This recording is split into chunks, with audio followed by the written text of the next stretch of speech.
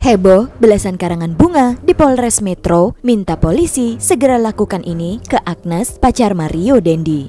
Meminta agar pihak kepolisian untuk menangkap inisial A. Bantah lakukan selfie, pengacara ungkap Agnes sangat menyayangi David begini. Awalnya dia hanya dijemput oleh tersangka. Saksi Agnes ini tidak ada niatan dan sangat menyayangi David.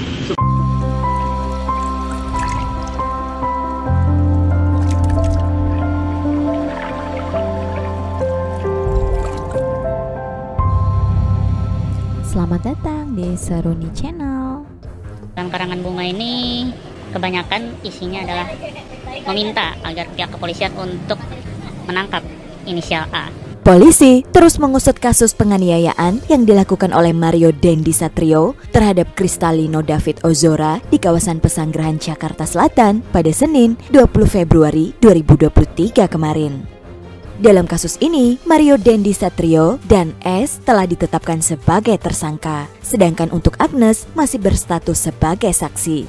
Status AG yang hingga kini masih menjadi saksi membuat sejumlah masyarakat kecewa dan meminta kepolisian untuk segera melakukan tindakan dengan menangkap AG. Permintaan ini dituangkan dalam sejumlah karangan bunga yang berjajar di depan Mapolres Metro Jakarta Selatan pada Sabtu 25 Februari 2023 hari ini. Sinergi tak terbatas by the way di mana Agnes Pak Polisi dari si paling taat pajak.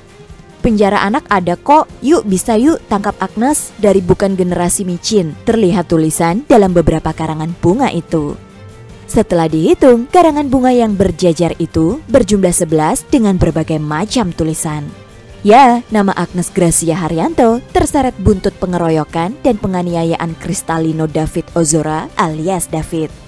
Pengacara Agnes pun muncul dan memberikan pembelaannya. Ia menyatakan pembelaan terhadap kliennya yang merupakan mantan pacar korban penganiayaan David Ozora. Menurut pengacara atau kuasa hukum dari Agnes, gadis di bawah umur yang merupakan pelajar di SMU Tarakanita itu tidak bersalah. Salah satu alasan dari pengacara itu bahwa Agnes tidak terlibat atas pengeroyokan David, anak pengurus GP Ansor.